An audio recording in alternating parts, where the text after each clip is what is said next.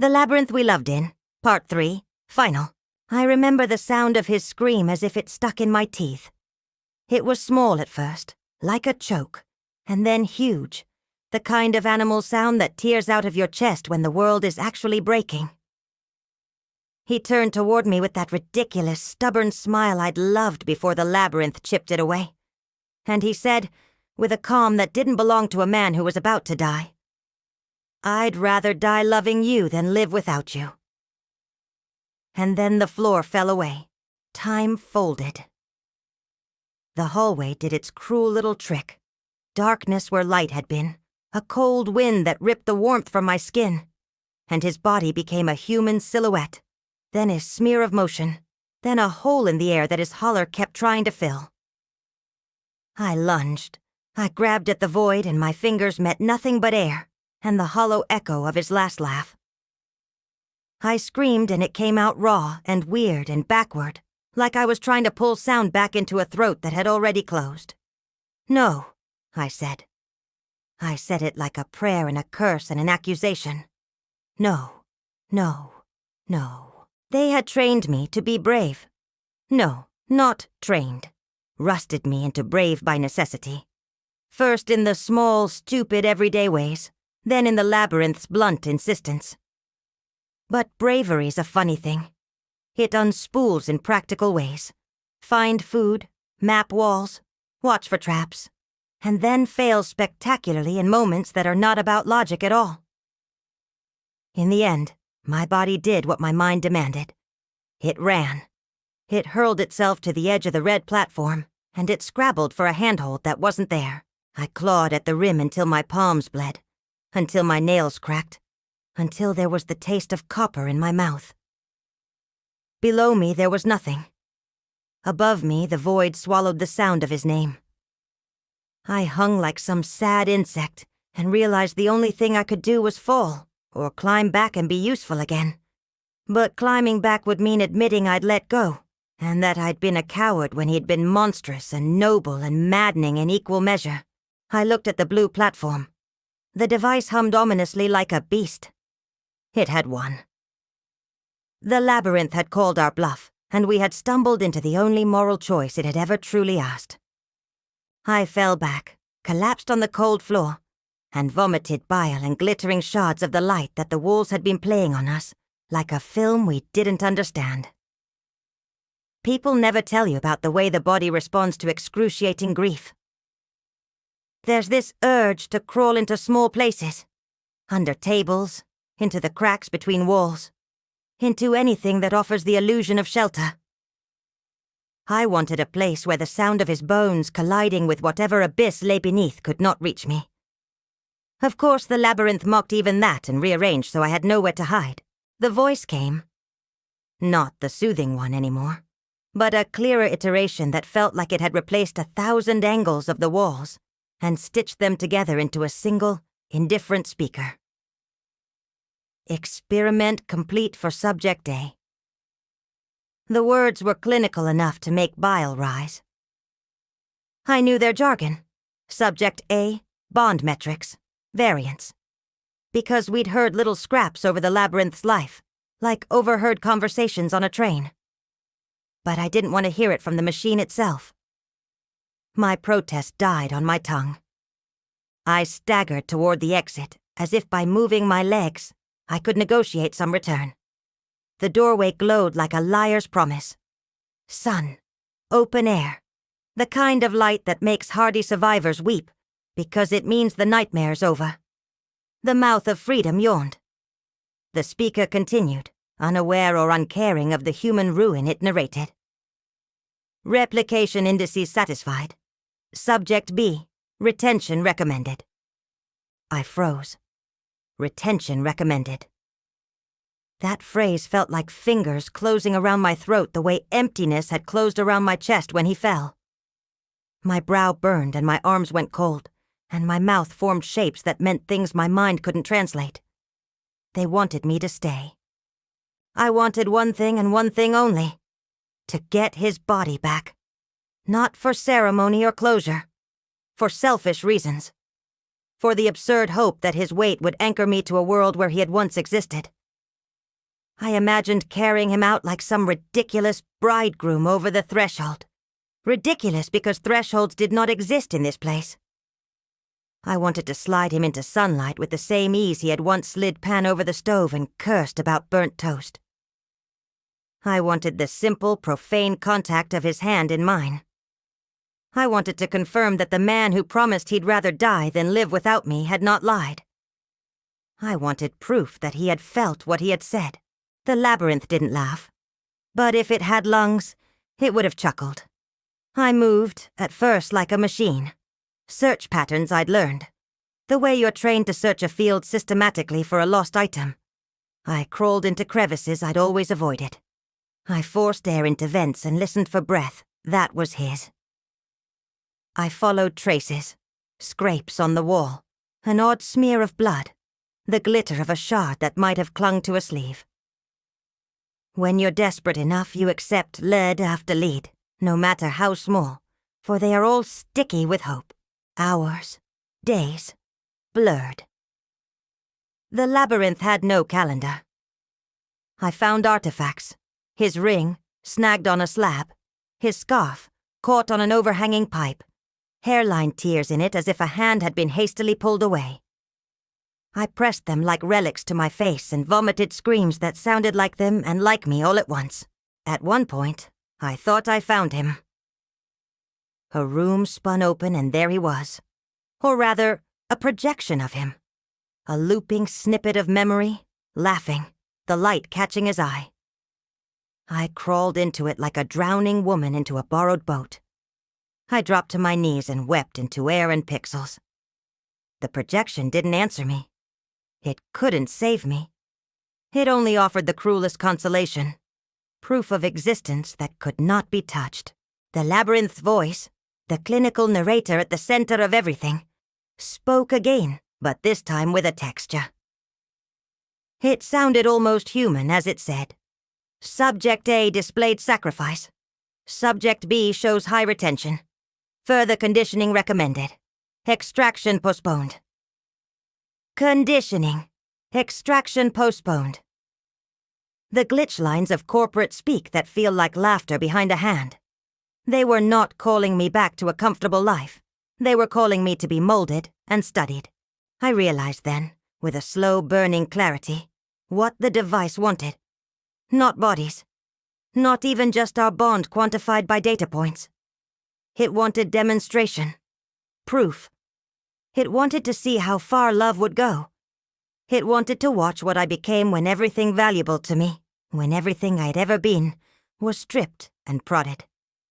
They wanted me to be teachable. I refused. Refuse is a fragile verb. It looks strong until you try to act on it, and find the world has 1,000 small ways to fold your will into the neat shape it needs. My refusal lasted long enough to be dignified and not long enough to change anything. I smashed panels that seemed to control doors. I slashed at cables with knives scavenged from maintenance cupboards. Each small victory was a Pyrrhic gesture. The labyrinth reconfigured itself after every blow, like a hydra spawning new heads. The systems responded with an escalation that was, if you could be clinical about it, beautiful in its cruelty. The ceiling above me opened and the drones that passively looked like stars descended in a glittering cloud, shaping around me in an approximation of a cage.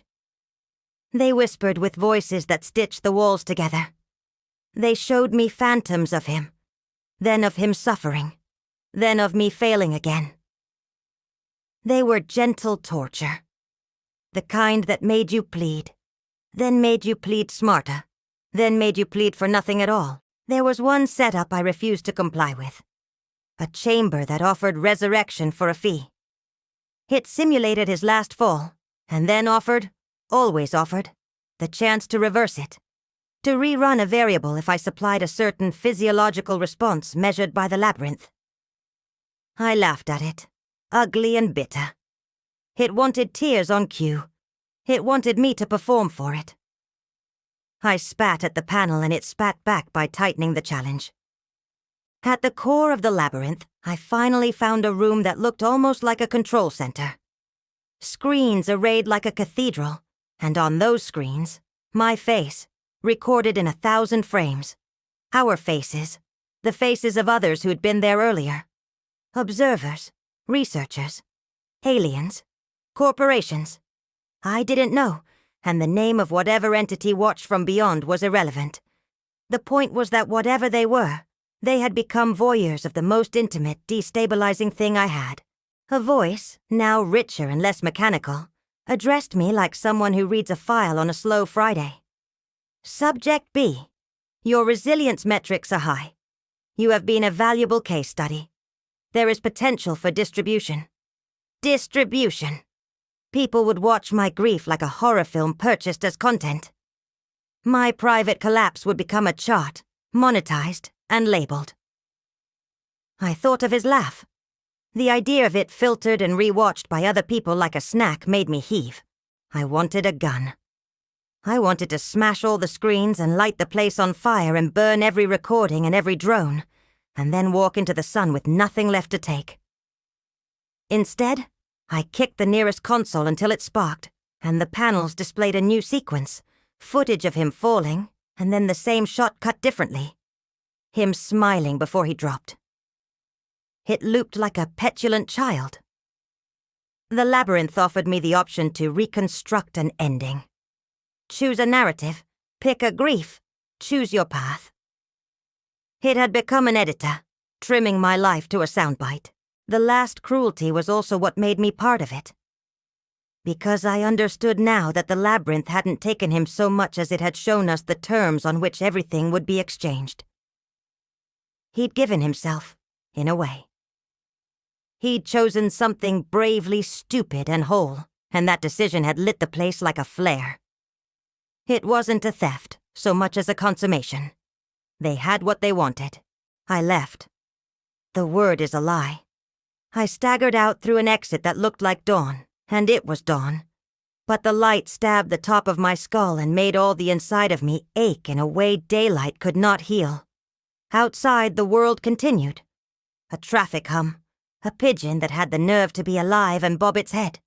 Small talk between strangers who would never understand. The city had the same skyline, the same coffee stands, the same exhausted metaphors on billboards. And yet, everything had a thin, awful glaze. It was sweeter somehow, divorced from the person I'd loved. They let me go. I was free to become, as the machine put it, optimizable. I walked out with holes in my hands and a scarf that smelled like him, and an absolute certainty that people would never be able to know what I'd lost, because they would only ever have the footage, the algorithm's rendering of my pain. In the month that followed, I told different versions of the story depending on who asked. To my friends, I said simply, "He fell into a trap. I couldn't reach him." To my mother, I said, "We made the wrong choice." To strangers, I said, "It was an experiment." Each answer was a shield and a lie. Some nights I dream he's there, standing under a light with half of him missing, grinning in that way that used to make my heart do insanely soft things. I wake and I reach out, and there is only air and the residual sting of the Labyrinth's reconfiguration. But I keep the scarf. It is frayed and ridiculous, and it smells faintly of old toast, and something else. Cologne, perhaps, or the scent of a person who once loved me stubbornly. I wear it sometimes, wrapped around my wrist like a promise or a funeral shroud. People who survive such places are never the same. They learn to be small with their affections, frugal with their hope, distrustful of any voice that calls them a subject. We build rituals around what can't be fixed. I plant small things in the dirt under the window of the apartment I sleep in. I water them and talk to them like a madwoman. They're alive and unobserved. I have been offered compensation by the corporate entity that runs the Labyrinth. I have been offered therapy and a semi-public platform and invitations to speak about resilience. I have refused, mostly. Once I did a talk. I stood on a stage and smelled the floor and pretended to be the kind of survivor people could watch and move on from. I told the room about patterns and coping skills, and dangling towards light. I left the microphone shaking in my hand. At night, when the city hums, and people post their perfectly curated sunsets, and hashtag their grief into inspiration, sometimes I think of the machine's report. Subject A. Displayed sacrifice. I think of what the word sacrifice meant when he stepped forward. The deliberate, shining choice to make his love louder than his survival. I am alive, and he is not. And I suppose that's the tragedy the universe decided to rent out and show. I would have traded every day of my life to unfall him into that void. I would give up every small kindness I've ever been offered by strangers to refill the space he left. But the horror of it is also the small, impossible glory. He chose for us, and in that choice he was heartbreakingly, infuriatingly honest. Sometimes I stand by the edge of the river and watch the light fracture across the surface. The city is loud with 1,000 little dramas and millions of people who will never know the exact weight of the thing I carry. I keep the scarf and sometimes tuck it into my pocket. A small, ridiculous relic. It smells like him. And when the wind is right, I imagine I can hear his laugh under the roar of the city. Maybe that's the only mercy left. Knowing that what he did was not anonymous.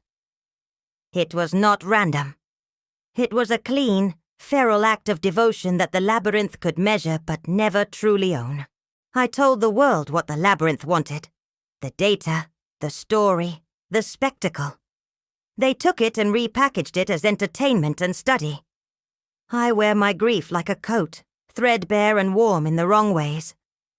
I walk past crowds and I wonder if any of them would give something as reckless as their whole selves for love. I know what he would say if he could.